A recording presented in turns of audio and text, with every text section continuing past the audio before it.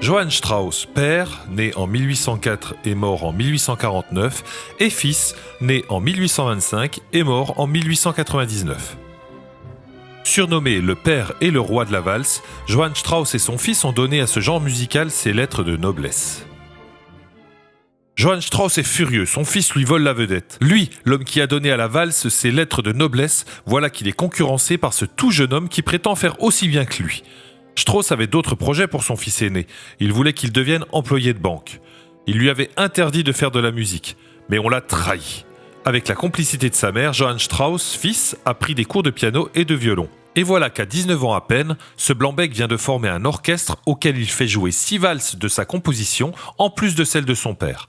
Au casino de Domeyer, à Jezzink, il paraît qu'elles ont été bissées 19 fois. Au lieu de se réjouir du succès de son fils, le compositeur voit en lui un rival. « Je ne veux plus le voir !» tonne-t-il. Et il tient parole. Il ne se réconciliera avec son fils que peu de temps avant sa mort.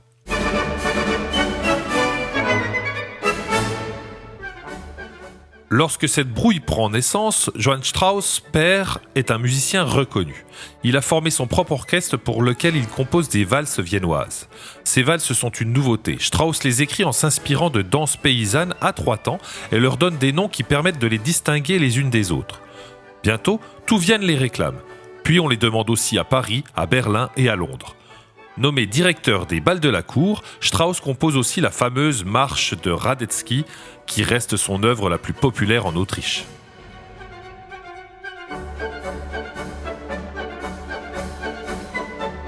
Johann Strauss père a dédié cette marche militaire au maréchal autrichien Joseph Radetzky, vainqueur de la bataille de Custoza contre les Piémontais en 1848. Les Viennois l'apprécient tellement que chaque année elle est jouée au concert du Nouvel An donné par l'Orchestre Philharmonique de Vienne.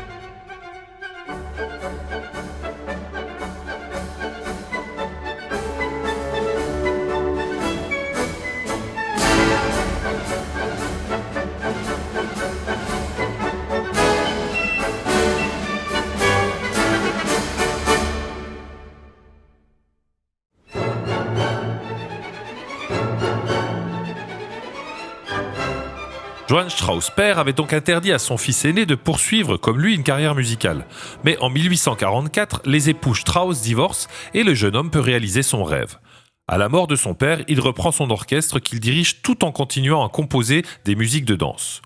Il surpasse son père par l'inventivité, la finesse et la grâce. Et c'est lui qui recevra finalement le surnom de roi de la valse. De son vivant, ses valses font le tour du monde et sont applaudies jusqu'aux États-Unis. Le beau Danube bleu est encore aujourd'hui la valse la plus célèbre du monde.